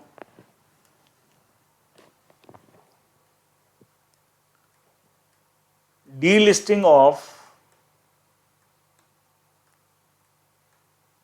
equity shares of companies listed on innovators growth platform after making an IPO, after making an initial public offer, regulation 36 of SEBI delisting or equity share regulation 2021। मान लीजिए एक कंपनी है एक्स लिमिटेड, ये आईपीओ लेके आई और IPO के बाद अपने शेयर्स की लिस्टिंग कराई, अपने इक्विटी शेयर की लिस्टिंग कराई, कहां पे, on innovators growth platform, that is specialised platform of a stock exchange. अब वो चाहती है कि साहब जो इक्विटी शेयर हमने लिस्टिंग कराई on innovative platform after the IPO, उसकी डीलिस्टिंग कराना चाहते हैं, तो अब करा सकते हैं according to the provisions of regulation 36 of this regulation. Delisting of equity shares of companies, कौन सी company? Listed on innovators growth platform after making IPO. मतलब आप लिस्टिंग कैसे कराएं? आईपीओ लाने के बाद। आईपीओ लाने के बाद तो आप उसकी डीलिस्टिंग कराना चाहते हैं तो आप करा सकते हैं। अच्छा, इसमें भी एक बात में नोट करना, ध्यान सुनिएगा। अगर आपको याद हो, एक रेगुलेशन 3 पढ़ा था शुरू में, applicability of this regulation and non applicability. ये रेगुलेशन कब अप्लाई होते हैं, कब नहीं अप्लाई होते। तो नॉन एप्लीकेबिलिटी एक पॉइंट पढ़ाता है, अगर कोई कंपनी है वो आपको इनोवेटर्स ग्रोथ प्लेटफॉर्म पे उनके शेयर लिस्टेड एंड ट्रेड हो रहे हैं, लेकिन वो बिना पब्लिक इशू के लिस्टिंग कराई है। मैंने था कुछ केस है बिना पब्लिक इशू के भी लिस्टिंग करा सकते हैं। तो वो कंपनी अगर डीलिस्टिंग कराना चाहती है तो आपको ये लॉ नहीं लगेगा। याद है मैंने बताया था, if there is a company whose shares have been issued and listed and traded on an innovators growth platform without public issue, without being a public issue, बिना पब्लिक इशू के। अब वो अगर कंपनी अपनी इक्विटी शेयर की delisting कराना चाहती है तो इस लॉ के अकॉर्डिंग नहीं चलेगा। SEBI delisting equity share regulation 2021 apply नहीं होगा। याद है, नॉन एप्लीकेबिलिटी रेगुलेशन 3 पढ़ा था, तो वो अलग केस था। बिना पब्लिक इशू के अगर आपने लिस्टिंग कराई है ऑन इनोवेटर ग्रोथ प्लेटफॉर्म तो आप आपकी डीलिस्टिंग इस लॉ के अकॉर्डिंग नहीं कर सकते। लेकिन हम यहां क्या पढ़ रहे हैं, एक कंपनी ने पब्लिक इशू लाया, आईपीओ लाया, एंड फिर आपने अपनी इक्विटी शेयर की लिस्टिंग कराई on the innovator growth platform. IPO लाने के बाद अब आप डीलिस्टिंग कराना चाह रहे हैं तो आप करा सकते हैं as per regulation 36 of this regulation. क्या दोनों बातें फर्क है? वो था बिना पब्लिक इशू के अगर आपने लिस्टिंग कराई आईजीपी पे तो डीलिस्टिंग इस लॉ के अकॉर्डिंगली नहीं होगी। लेकिन यहां तो बात है कि अगर आप आईपीओ लाने के बाद आपने लिस्टिंग कराई ऑन द आईजीपी तो आप अपने शेयर की डीलिस्टिंग करा सकते हैं by complying with the provisions of regulation 36। I hope you must, क्योंकि बच्चे क्या होता बाद में कंफ्यूज है, आईजीपी वाला तो आपने मना किया था, लेकिन कब मना किया था? अगर बिना पब्लिक इशू का आपने लिस्टिंग कराई तो आप डीलिस्टिंग इस लॉ के अकॉर्डिंग नहीं करा सकते। लेकिन यहां तो आपने लिस्टिंग कराई है आफ्टर द आईपीओ एंड उसकी आप डीलिस्टिंग कराना चाहते हैं, करा सकते हैं in according with the provisions of. इसका भी स्पेशल प्रोसीजर है रेगुलेशन 36 में, इसको फॉलो करके। देख क्या लिखा, a company whose equity shares are listed and traded on the innovators growth platform pursuant to an IPO, मतलब IPO लाने के बाद may be delisted from the innovator growth, वो delist करा सकते हैं if ये सारी कंडीशन फुलफिल हो जाए। ठीक है, ये सारी कंडीशन फुलफिल हो जाए। कौन कौन सी condition? A, sir delisting is approve by the board of director, obviously board of director से अप्रूवल चाहिए। B, sir delisting also approve by the shareholders by passing the SR. ये एसआर कैसे pass होना चाहिए? ईदर बाय पोस्टल बैलेट और e voting. This being a special business, इसका explanatory statement होगा जिसमें सारी डिटेल एक्सप्लेनेशन आनी चाहिए, एक्सप्लेनेटरी स्टेटमेंट। अब एक बात और बहुत ध्यान सुनिएगा, एसआर के लिए जो नॉर्मली जो कंडीशन है वो तो होगी, overall promoter and public shareholder सब मिला के votes cast in favour should be greater than equal to 3 times of votes cast against, plus जो हर जगह आई थी आपको याद है, अभी रेगुलेशन 35 में भी आए थे स्मॉल कंपनी के लिए, वॉलंटरी डीलिस्टिंग में भी पहले आया था, जो पब्लिक शेयर होल्डर है उसमें क्या ध्यान रखना है? Votes cast in favour is more than votes cast against. ध्यान रखना है फर्क है, फेवर वाले अगेंस्ट से ज्यादा होना चाहिए, मतलब मेजोरिटी जितने पब्लिक शेयर होल्डर हैं उसमें majority that more than 50% favour में होनी चाहिए। अच्छा, अभी तक रेगुलेशन 35 में स्मॉल कंपनी में भी और वॉलंटरी डीलिस्टिंग में दोनों में क्या पड़ता कि पब्लिक शेयर होल्डर में फेवर वाले अगेंस्ट के 2 गुना के आपको बराबर या ज्यादा होना चाहिए, मतलब डबल, जितने अगेंस्ट में फेवर वाले उसके डबल या उससे ज्यादा होना चाहिए। यहां ऐसा नहीं है, खाली ये फेवर वाले अगेंस्ट से ज्यादा, मतलब जैसे ओआर बोलते हैं ना, ओआर पास होता है वैसे ओवरऑल तो ये होना चाहिए फेवर वाले अगेंस्ट के 3 गुना उससे ज्यादा। लेकिन पब्लिक शेयर होल्डर्स में सिर्फ in the case of this regulation 36 innovators growth platform में जो बात कर रहे हैं, तो यहाँ की ये कंडीशन चेंज हो गई। क्या यहाँ पे कंडीशन चेंज हो गई? तो ध्यान रखना यहाँ कंडीशन 2 टाइम्स नहीं है, पब्लिक शेयर होल्डर जितने अगेंस्ट है फेवर वाले उसके उससे ज्यादा है, मतलब। और पहले हमने क्या पढ़ा था कि जित in the context of regulation 35 या in the context of small company regulation 35 या वॉलंटरी डीलिस्टिंग, कि फेवर वाले पब्लिक शेयर होल्डर अगेंस्ट वाले पब्लिक शेयर होल्डर के डबल के बराबर या उससे ज्यादा होना चाहिए। लेकिन यहाँ पे क्या है, देखिए क्या लिखा हुआ, sir delisting B point is approve by the share holder company by specification pass through postal ballot और e voting after disclosure of all the material facts in the explanatory statement sent to the shareholder in relation to such resolution, क्योंकि special business है, provided that the special resolution shall be acted upon only if the votes cast by the majority of the public shareholders are in favor of such exit proposal। इसका मतलब क्या है? जितने public share holder voting कर रहे हैं उसमें से majority that is more then 50% उसके फेवर होना चाहिए, इसका फेवर वाले अगेंस्ट से ज्यादा होना चाहिए। इसका यहाँ 2 टाइम्स वाली बात नहीं है, यहाँ पे 2 टाइम्स वाली बात नहीं, खाली फेवर वाले पब्लिक शेयर होल्डर अगेंस्ट वाले पब्लिक शेयर होल्डर से ज्यादा होने चाहिए। मतलब टोटल पब्लिक शेयर होल्डर जो वोट कास्ट कर रहे हैं उनमें से आपको more than 50% should be in favour of the proposal of the delisting. And ये तो यहाँ भी वैसी कंडीशन है, लेकिन थोड़ा कंडीशन में चेंज है, जैसे हमने पहले पढ़ा था उससे थोड़ा डिफरेंट है। थर्ड आपको पहली बोर्ड डिसीजन, तो सर एसआर। तीसरा देखिए, एक डीलिस्टिंग प्राइस दिया जाएगा कि साहब इस प्राइस पे हम डीलिस्टिंग करेंगे, that will based on calculate on the base of floor price. वो फ्लोर प्राइस कैसे कैलकुलेट हो, as per regulation 8 of SEBI takeover code. अच्छा, जो फ्लोर प्राइस निकला इसमें एक्वायरर अपनी तरफ से एक अप्रोप्रिएट प्रीमियम भी ऐड कर सकता है कि साहब इतना पैसा मैं और एक्स्ट्रा दे सकता हूं। वही जैसे याद है पहले इंडिकेटिव प्राइस पढ़ा था, तो पहले एक फ्लोर प्राइस कैलकुलेट होगा as per regulation 8 of CBT code, and साथ में कुछ एडजस्टमेंट एक्वायरर करना चाहे कर सकता है कि साहब मैं इतना प्रीमियम और पे कर दूंगा, and that will be the delisting price. देखिए क्या लिखा, delisting price is based on floor price determined in terms of regulation 8 of table code as may applicable and an additional delisting premium justified by, मतलब उसमें कुछ add कर सकता है, जैसे इंडिकेटिव प्राइस का कंसेप्ट हमने पहले पढ़ा था। नेक्स्ट आपका दैट इज द, ये भी बहुत इंपॉर्टेंट है, ऑफर जब एक्वायर, जैसे ये एक्वायरर है एक्स लिमिटेड कंपनी, इसके पब्लिक शेयर होल्डर, ये एक्वायरर इसके शेयर पब्लिक शेयर जो ऑफर दे रहा है, इसमें कुछ लोग अपने शेयर बेचने के लिए तैयार हो जाएंगे, तो जितने शेयर का पहले से हैं और जितने पब्लिक शेयर होल्डर आपको इसे अपने शेयर देने के लिए तैयार हैं, मतलब they are ready to avail the exit opportunity, दोनों मिला के कम से कम 75% के लेवल पे आना चाहिए। जैसे याद है वॉलंटरी लिस्टिंग में 90% था, यहाँ पे 75% है, वहां 90% था, 75% लेवल पे आना चाहिए। अच्छा, एक और बात साथ, एंड जितने शेयर्स पब्लिक के पास है as on the date of this board meeting, जो फर्स्ट पॉइंट में बोर्ड मीटिंग आई थी, उस डेट को जितने शेयर पब्लिक शेयर होल्डर के पास है उसका कम से कम 50% share must be tendered bye the public share holder. इसका मतलब जैसे मान लिया इस कंपनी के टोटल शेयर, मान लिया इस कंपनी के टोटल 1 करोड़ है, ठीक है।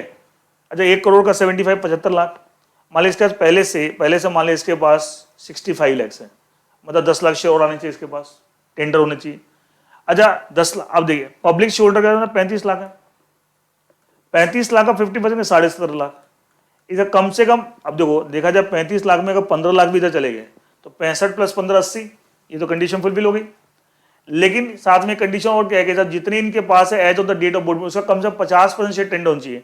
तो 15 तो चले गए, लेकिन मेरा 50% 17.5 लाख आ रहा है, क्या कंडीशन वायलेशन हो गया। दोनों बात का ध्यान रखना है कि एक्वायरर का पहले जितने शेयर है और जितने उसे मिल रहे हैं इन द ऑफर पब्लिक से, सब मिला के ही reaches to the level of 75% of the total share capital of the this company, and जितने शेयर पब्लिक के पास है as on the date of board meeting उसका कम से कम 50% share must be tendered. Like इस केस में आपको 65 लाख अगर पहले से 1 करोड़ में से के पास है, कंपनी के टोटल शेयर 1 करोड़ है, उसमें 65 लाख ऑलरेडी इसका है, तो कम से कम 10 लाख शेयर तो इसका आना चाहिए। लेकिन 10 लाख से चलेगा नहीं, इससे ये कंडीशन तो फुलफिल हो जाएगी। लेकिन 35 लाख जो पब्लिक के पास है तो उसका 50% 17.5 लाख, इसका कारण 10 लाख और 17.5 लाख, अब कम से कम 17.5 लाख शेयर यहाँ से यहाँ टेंडर होने चाहिए। तो उससे क्या होगा, ये कंडीशन फुलफिल हो जाएगी, ये भी हो जाएगी। एंड साथ में देखिए क्या condition, the post of a share holding of the acquirer along with the person acting in concert with it taken together with the share tendered reaches 75% of the total issued shares of that class, ठीक है company के, and at least 50% shares of the public shareholders as on the date of the board meeting referred to in clause A above, this one इसकी बात कर रहा है clause A above, ठीक है, as on this date are tendered and accepted। इसका मतलब क्या है, ये दोनों बात होनी चाहिए कि साहब आप 75% के लेवल पर जरूर पहुंचे और जितने पब्लिक के पास शेयर थे as on date of board meeting उसका कम से कम आपको 75% शेयर टेंडर और एक्सेप्ट होने चाहिए। लास्ट में फाइनल एप्लीकेशन लगी to the stock exchange, stock exchange के अप्रूवल है, स्टॉक एक्सचेंज के अप्रूवल लिखा, recognised stock exchange on which the share listed approve of such delisting. मतलब ये 5 कंडीशन दे रखी है, अगर एक कंपनी आईपीओ लाके अपने शेयर की लिस्टिंग कराती है ना इनोवेटर्स ग्रोथ प्लेटफॉर्म, अब वो डीलिस्टिंग करना चाहती है तो रेगुलेशन 36 ऑफ दिस रेगुलेशन कर सकती है subject to the compliance of this 5 condition. लेकिन लास्ट में बात लिखी है, ये अलग से प्रोविजन दे रखे हैं, उसके अलावा इन रेगुलेशंस के अंदर जो प्रोविजन दे रखे हैं फॉर वॉलंटरी डीलिस्टिंग आपको वो भी फॉलो करने पड़ेंगे। ये एडिशनल, देखिए लास्ट में क्या लिखा हुआ है, It may be noted that in addition to the aforesaid provision, ये तो है ही 5 condition, the provisions SEBI delisting regulation 2021 shall apply mutatis mutandis. आप जानते हैं mutatis mutandis मतलब with appropriate changes, Latin term है mutatis mutandis, with appropriate changes. Shall apply mutatis mutandis to delisting of equity share company listed on innovators great platform after making public issue. मतलब इस तरह की company जो आपको IGP में listed after IPO अगर वो डीलिस्टिंग करा रही है तो ये तो प्रोविजन फॉलो करने ही जो हमने पढ़े हैं। इसके अलावा और भी जो प्रोविजंस हैं रिगार्डिंग वॉलंटरी डीलिस्टिंग वो भी आपको फॉलो करने पड़ेंगे इस लॉ में जो दे रखे हैं after making the appropriate changes. तो एग्जैक्टली एज इट इज तो फॉलो नहीं करते, लेकिन वो एक बात बताने के लिए समझा दिया। बट मेन चीज़ है कि ये 5 कंडीशन अलग से फॉलो करनी पड़ेगी अगर आप आईजीपी प्लेटफॉर्म पे listed after IPO and you want to go for the delisting of equity share, regulation number 36।